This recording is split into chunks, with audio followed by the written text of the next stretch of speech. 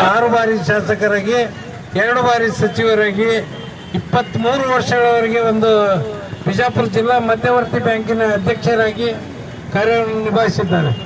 ಯಾಕೆಂದರೆ ಅವರಿಗೆ ಕೆಳಮಟ್ಟದ ರಾಜಕಾರಣದಿಂದ ಮೇಲ್ಮಟ್ಟದವರೆಗೆ ಇವತ್ತಿನ ದಿವಸ ರಾಜಕಾರಣವನ್ನು ಮಾಡಿದಾಗ ಮಾತ್ರ ಅದಕ್ಕೆಲ್ಲ ರೀತಿಯ ಸಹಕಾರ ಸಿಗ್ತಾ ಇದೆ.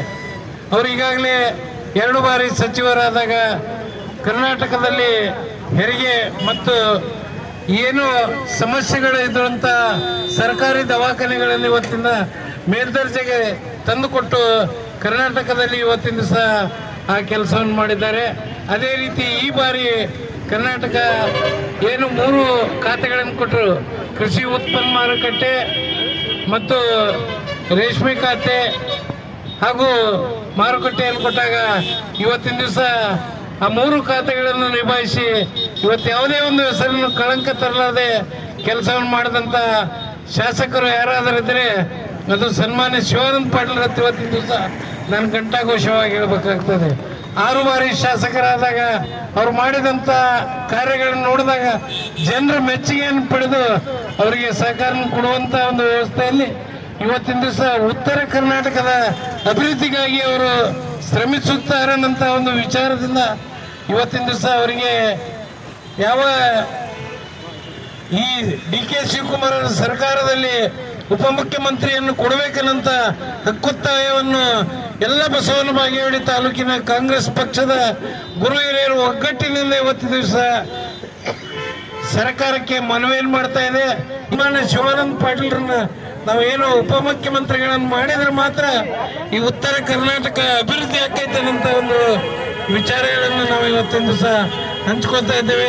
ಅಪ್ಪ ಬಸವಣ್ಣನ ಆಶೀರ್ವಾದದಿಂದ ಸನ್ಮಾನ್ಯ ಶಿವಾನಂದ ಪಾಟೀಲ್ಗೆ ಉಪಮುಖ್ಯಮಂತ್ರಿ ಸ್ಥಾನ ಒದಗಿಸಲೆಂದು ಹಾರೈಸಿ ಇವತ್ತೇನು ಈ ಗ್ರಾಮದಿಂದ ನಮ್ಮ ಪಕ್ಷದ ಪ್ರತಿಯೊಬ್ಬ ಕಾರ್ಯಕರ್ತರು ಎಷ್ಟೊಂದು ಅಭಿಮಾನದಿಂದ ಇವತ್ತು ಸನ್ಮಾನ್ಯ ಶಿವಾನಂದ ಪಾಟೀಲ್ ನಾವು ಉಪಮುಖ್ಯಮಂತ್ರಿಗಳನ್ನ ಮಾಡ್ಬೇಕನ್ನಂತ ಒಂದು ವಿಚಾರದಲ್ಲಿದ್ದಾಗ ಈ ಬಸವನ ಬಾಗೇವಾಡಿಯ ಎಲ್ಲ ಪತ್ರಿಕಾ ಬಾಂಧವರು ಈ ವಿಷಯವನ್ನು ಪ್ರಾಸ್ತಾವಿಕವಾಗಿ ಬರೆದು ಕಳಿಸಿ ಸನ್ಮಾನ್ಯ ಸಚಿವರಿಗೆ ಉಪಮುಖ್ಯಮಂತ್ರಿ ಸ್ಥಾನವನ್ನು ಒದಗಿಸಿಕೊಡ್ಬೇಕನ್ನಂತ ಒಂದು ವಿನಂತಿಯನ್ನು ಮಾಡಿಕೊಂಡು ಈಗಾಗಲೇ ನಾವು ಸೇರಿದ ಉದ್ದೇಶ ಏನಪ್ಪಾ ಅಂದ್ರೆ ಸನ್ಮಾನ್ಯ ಶಿವಾನಂದ ಪಾಟೀಲ್ರು ಏನು ನಾಳೆ ಸಂಪುಟ ರಚನೆ ಆಗ್ತದ, ಸಂಪುಟ ರಚನೆಯಲ್ಲಿ ಅವರನ್ನ ನಮ್ಮ ಸರ್ಕಾರದಲ್ಲಿ ಕರ್ನಾಟಕ ಸರ್ಕಾರದಲ್ಲಿ ಉಪಮುಖ್ಯಮಂತ್ರಿಗಳನ್ನಾಗಿ ಮಾಡಬೇಕಂತೇಳಿ ಅಹಿಂದ ನಾಯಕರು ಹಾಗೂ ಅತಿ ಹೆಚ್ಚಿನ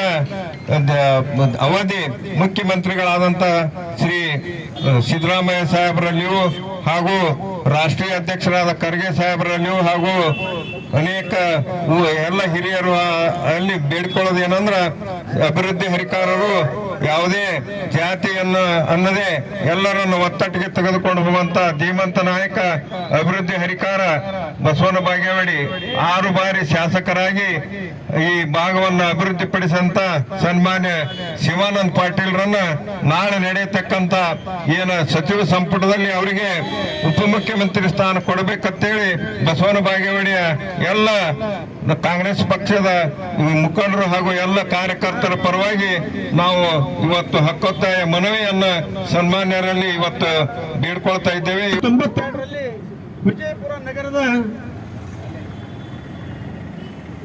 ನಗರಸಭೆ ಅಧ್ಯಕ್ಷ ತಿಕೋಟ ಮತಕ್ಷೇತ್ರದಲ್ಲಿ 1994ರಲ್ಲಿ ಹಾಗೂ 2 ಬಾರಿ ತಿಕೋಟ ಮತಕ್ಷೇತ್ರದಿಂದ ಮತ್ತು 2004ರಿಂದ ಬಸವನ ಬಾಗೇವಾಡಿಯಲ್ಲಿ 2013ರಿಂದ ಸತತವಾಗಿ ಇಲ್ಲಿಯವರೆಗೂ ಕೂಡ ಬಸವನ ಬಾಗೇವಾಡಿಯನ್ನ ಪ್ರತಿನಿಧಿಸುತ್ತಾ ಕಾಂಗ್ರೆಸ್ ಪಕ್ಷದಿಂದ ಗೆಲ್ಲುವಂತ ಐಕೈಕ ಶಾಸಕ ನಮ್ಮ ಅಭಿವೃದ್ಧಿ ಹರಿಕಾರ ಅವ್ರು ಯಾರು ಇದ್ರೆ ಅವರೇ ನಮ್ಮ ಶಿವಾನಂದ ಪಾಟೀಲ್ ಸಾಹೇಬರು.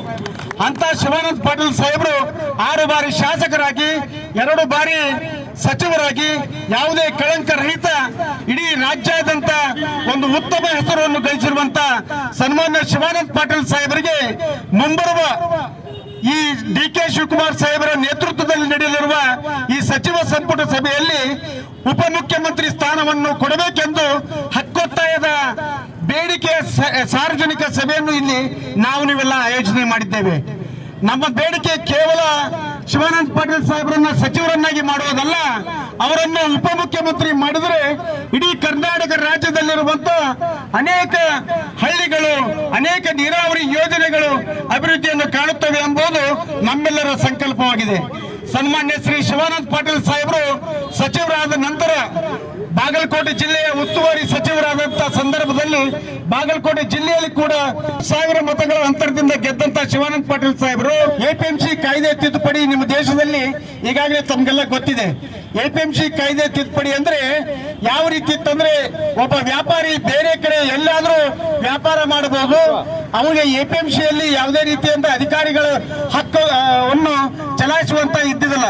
ಆದ್ರೆ ಸನ್ಮಾನ್ಯ ಶ್ರೀ ಶಿವಾನಂದ ಪಾಟೀಲ್ ಸಾಹೇಬರು ಕೃಷಿ ಮತ್ತು ಉತ್ಪನ್ನ ಸಚಿವರಾದ ಸಂದರ್ಭದಲ್ಲಿ ಆ ಕಾಯ್ದೆಯನ್ನ ತಿದ್ದುಪಡಿ ತರುವಲ್ಲಿ ಯಶಸ್ವಿಯಾದರು. ರಾಷ್ಟ್ರೀಯ ಅಧ್ಯಕ್ಷ ಅಂತ ನಮ್ಮ ಖರ್ಗೆ ಸಾಹೇಬರಲ್ಲಿ, ಸುರ್ಜಿವಾಲಾ ಅವರಲ್ಲಿ ಹಾಗೂ ಕೆಪಿಸಿಸಿ ಅಧ್ಯಕ್ಷರು ಹಾಗೂ ನಿಯೋಜಿತ ಮುಖ್ಯಮಂತ್ರಿಗಳಾದಂತ ಡಿ.ಕೆ. ಶಿವಕುಮಾರ್ ಅವರಲ್ಲಿ ಹಾಗೂ ನಿಕಟಪೂರ್ವ ಮುಖ್ಯಮಂತ್ರಿಗಳಾದಂತ ಸಿದ್ದರಾಮಯ್ಯರಲ್ಲಿ ವಿನಂತಿಸಿಕೊಳ್ಳುವುದೇನೆಂದ್ರೆ, ಇಡೀ ಬಸವನಾಡಿನ ಜನತೆಯ ಒಂದೇ ಒಂದು ಬೇಡಿಕೆ ಶಿವಾನಂದ ಪಾಟೀಲ್ ಸಾಹೇಬರನ್ನ ಉಪಮುಖ್ಯಮಂತ್ರಿಯನ್ನಾಗಿ ಮಾಡಬೇಕೆಂದು ನಮ್ಮೆಲ್ಲರ ಹಕ್ಕೊತ್ತಾಯವಾಗಿದೆ.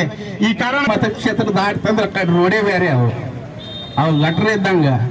ಅಂತ ಒಳ್ಳೆ ಅಭಿವೃದ್ಧಿಯನ್ನು ಮಾಡಿದವ್ರು ಯಾರಾದ್ರೂ ಇದ್ರ ಅದು ಮಾನ್ಯ ಶಿವಾನಂದ ಪಾಟೀಲ್ ಅಂದ್ರೆ ತಪ್ಪಾಗಲಕ್ಕಿಲ್ಲ.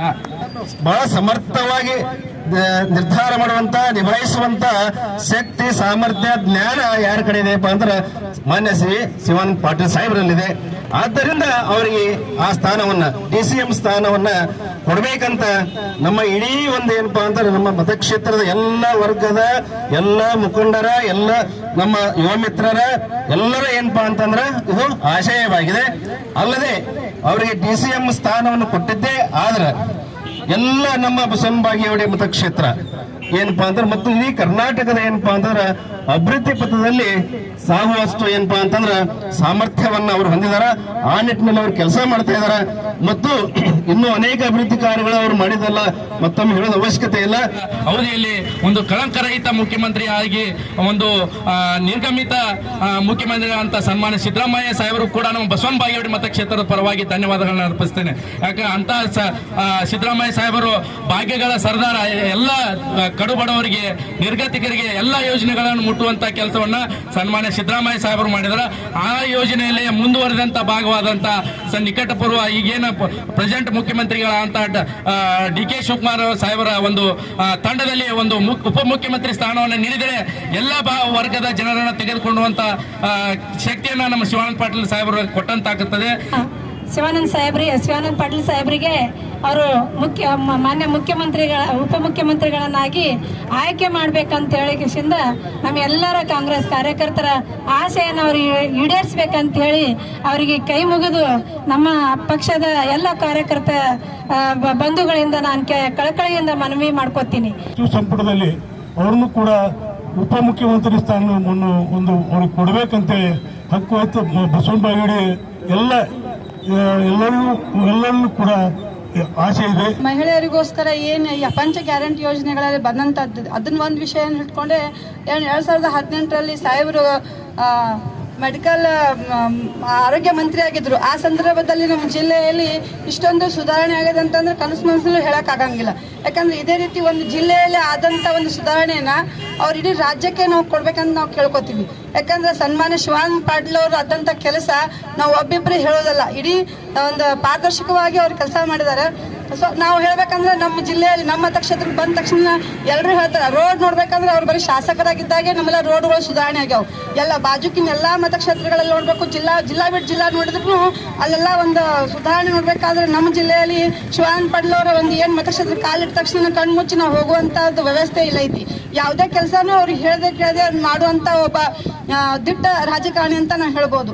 ಯಾಕಂದ್ರೆ ಅವರು ಯಾವ ಕೆಲಸನ ಮಾಡಬೇಕು ಅಂತ ಅನ್ಕೊಳ್ಳೋದಿಲ್ಲ, ಮಾಡೇ ಬಿಡ್ತಾರೆ. ಯಾವುದನ್ನು ಹೇಳಿ ಮಾಡೋರಲ್ಲ, ಮಾಡಿ ಹೇಳುವಂತ ಕೆಲಸ ಯಾರಾದ್ರೂ ಮಾಡ್ತಾ ಇದ್ರೆ ಸನ್ಮಾನ್ಯ ಶಿವಾನಂದ ಪಾಟೀಲ್ ಅವರು ಅಂತ ಹೇಳಕ್ ಇಷ್ಟಪಡ್ತೀನಿ. ಅದೇ ರೀತಿಯಾಗಿ ಇವತ್ತಿನ ದಿನಮಾನಗಳಲ್ಲಿ ಏನು ಸನ್ಮಾನ್ಯ ಶ್ರೀ ಡಿ.ಕೆ. ಶಿವಕುಮಾರ್ ಅವರ ನೇತೃತ್ವದಲ್ಲಿ ಏನು ಈ ಹೊಸ ಸಂಪುಟ ಸಭೆಯನ್ನು ಆಗ್ತಾ ಇದೆಯಲ್ಲ, ಈ ಸಂದರ್ಭದಲ್ಲಿ ನಮ್ಮ ನಾಡಿನ ನಮ್ಮ ಜನನಾಯಕರಾದಂಥ ಸನ್ಮಾನ್ಯ ಶಿವಾನಂದ ಪಾಟೀಲ್ ಅವರಿಗೆ ಉಪಮುಖ್ಯಮಂತ್ರಿ ಸ್ಥಾನವನ್ನು ಕೊಡಲೇಬೇಕು ಅಂತ ಹೇಳಿ ಏನು ಈ ಸಂದರ್ಭದಲ್ಲಿ ಎಲ್ಲ ಕೂಡಿದಂಥ ಹಿರಿಯ ಹಿರಿಯರು ನಾವು ಆಸೆ ಪಡ್ತಾ ಇದ್ದೀವಿ. ಅದು ನಮ್ಗೆ ಅಪ್ಪ ಬಸವಣ್ಣ ಕೃಪಾ ಕಟಾಕ್ಷದಿಂದ ಅವ್ರು ನಮಗೆ ನಿರ್ವಹಿಸ್ತಾರೆ ಅಂತ ಕೇಳ್ಕೊಳ್ತಾ ಈ ಸಂದರ್ಭ ಪಾಟೀಲ್ ಸಾಹೇಬ್ರು ಮಾಡಿದ ಕೆಲಸ ಇಲ್ಲ ಅಂತಕ್ಕಂಥ ಮಾತನ್ನು ಈ ಸಂದರ್ಭದಲ್ಲಿ ನಾವು ನೆನೆಸ್ಕೋಬೇಕಾಗ್ತದೆ. ಯಾಕಪ್ಪ ಅಂತಂದ್ರೆ ಪ್ರತಿಯೊಂದು ಹಳ್ಳಿಯಲ್ಲೂ ಸಹಿತ ಶಿವಾನಂದ ಪಾಟೀಲ್ ಸಾಹೇಬ್ರು ಮಾಡಿದಂತ ಕಾರ್ಯಗಳನ್ನ ನಾವು ಇವತ್ತಿಗೆ ನಾವು ಹಳ್ಳಿಯಲ್ಲಿ ಹೋದಾಗ ನಾವು ಏನ್ ಕೆಲಸ ಕೇಳ್ಬೇಕ್ರಿ, ಸಾಹೇಬ್ರಿಗೆ ಎಲ್ಲ ಕೆಲಸ ಮಾಡ್ಯಾರ ಅಂತ ಹೇಳ್ತಾರೆ. ಅಂತ ಒಬ್ಬ ನಾಯಕರನ್ನ ನಾವು ರಾಜ್ಯ ಮಟ್ಟದಲ್ಲಿ ಸಚಿವರನ್ನಾಗಿ ಮಾಡಿದಾಗ ಸಚಿವರು ಒಂದು ತಮಗೆ ಸಿಕ್ಕಂತ ಇಲಾಖೆಗಳಲ್ಲಿ ಅದಮ್ಯವಾದ ಸಾಧನೆಯನ್ನ ಮಾಡಿ ಅವರು ಎಲ್ಲ ಒಂದು ಕ್ಷೇತ್ರಗಳಲ್ಲಿ ಸೈ ಎನಿಸಿಕೊಂಡಂತ ಏಕೈಕ ನಾಯಕ ನಮ್ಮ ಶಿವಾನಂದ ಪಾಟೀಲ್ ಸಾಹೇಬರು. ಅವರು ಹರಿಯಾಣ ಮಾದರಿಯಲ್ಲಿ ಕೃಷಿ ಮಾರುಕಟ್ಟೆಯನ್ನು ಬೆಂಗಳೂರಿಗೆ ಅತಿ ಸಮೀಪದಲ್ಲಿ ಅವರು ಅತ್ಯಂತ ಒಂದು ಮೌಲ್ಯಯುತವಾದ ಒಂದು ಜಮೀನನ್ನು ತಗೊಂಡು ಅಲ್ಲಿ ಕೃಷಿ ಮಾರುಕಟ್ಟೆಯನ್ನ ಸ್ಥಾಪನೆ ಮಾಡ್ತಕ್ಕಂತ ಒಂದು ಭವ್ಯ ಕೆಲಸವನ್ನು ಮಾಡ್ತಕ್ಕಂತ ಯಾರಾದ್ರೂ ನಾಯಕರಿದ್ರೆ ಅವರು ನಮ್ಮ ಶಿವಾನಂದ ಪಾಟೀಲ್ ಸಾಹೇಬರು. ಪ್ರಾಸ್ತಾವಿಕವಾಗಿ ನಮ್ಮ ಶಂಕರಗೌಡರು ಹೇಳಿದ್ರು, ಅವ್ರು ಮಾಡಿದಂಥ ಯೋಜನೆಗಳು ಎಲ್ಲಿ ಕೂಡ ಅವರು ಕಳಂಕರಹಿತವಾಗಿ 2 ಸಾರಿ ಏನು ಮಂತ್ರಿಗಳಾದ್ರೆ ಕೂಡ ಅವರು ಪಾರದರ್ಶಕವಾಗಿ ಒಂದು ಆಡಳಿತವನ್ನು ನಡೆಸದೆ ಯಾರಿಗೂ ನೋವನ್ನು ಕೂಡ ಮಾಡಿದಂಥ ವ್ಯಕ್ತಿ ಯಾರಾದಂದ್ರೆ ಅದು ಶಿವಾನಂದ ಪಾಟೀಲ್ ಸಾಹೇಬ್ರು ಅಂತ ಘಂಟಾಘೋಷವಾಗಿ ಹೇಳ್ತೇವೆ. ರಾಜ್ಯ ಸರ್ಕಾರವು ಈ ಮುಂದೆ ನಾಳೆ ನಡೀತಕ್ಕಂಥ ಸಚಿವ ಸಂಪುಟದಲ್ಲಿ ಇಂಥ ಉತ್ಸಾಹಿಕ ಮಂತ್ರಿಗಳಿಗೆ ಒಂದು ರಾಜ್ಯದ ಉಪಮುಖ್ಯಮಂತ್ರಿಗಳನ್ನಾಗಿ ಮಾಡಿದ್ರೆ ಏನು ನಮ್ಮ ಭಾಗದಲ್ಲಿ ಉತ್ತರ ಕರ್ನಾಟಕದಲ್ಲಿ ಅದರಲ್ಲಿ ನಮ್ಮ ವಿಜಯಪುರ ಜಿಲ್ಲೆಯಲ್ಲಿ 8ಕ್ಕೆ 8 ಸ್ಥಾನಗಳು ಮುಂಬರುವ ಚುನಾವಣೆಯಲ್ಲಿ ನಾವು ಕಾಂಗ್ರೆಸ್ ಪಕ್ಷ ಇನ್ನೂ ಗೆಲ್ಲಕ್ಕೆ ಹೆಚ್ಚಿಗೆ ಆಗ್ತೇವೆ ಅಂತಕ್ಕಂಥ ಮಾತನ್ನ ಹೇಳಿ ಇನ್ನೊಮ್ಮೆ ನನಗೂ ಕೂಡ ಮಾತಾಡಲಿಕ್ಕೆ ಅವಕಾಶ ಮಾಡಿ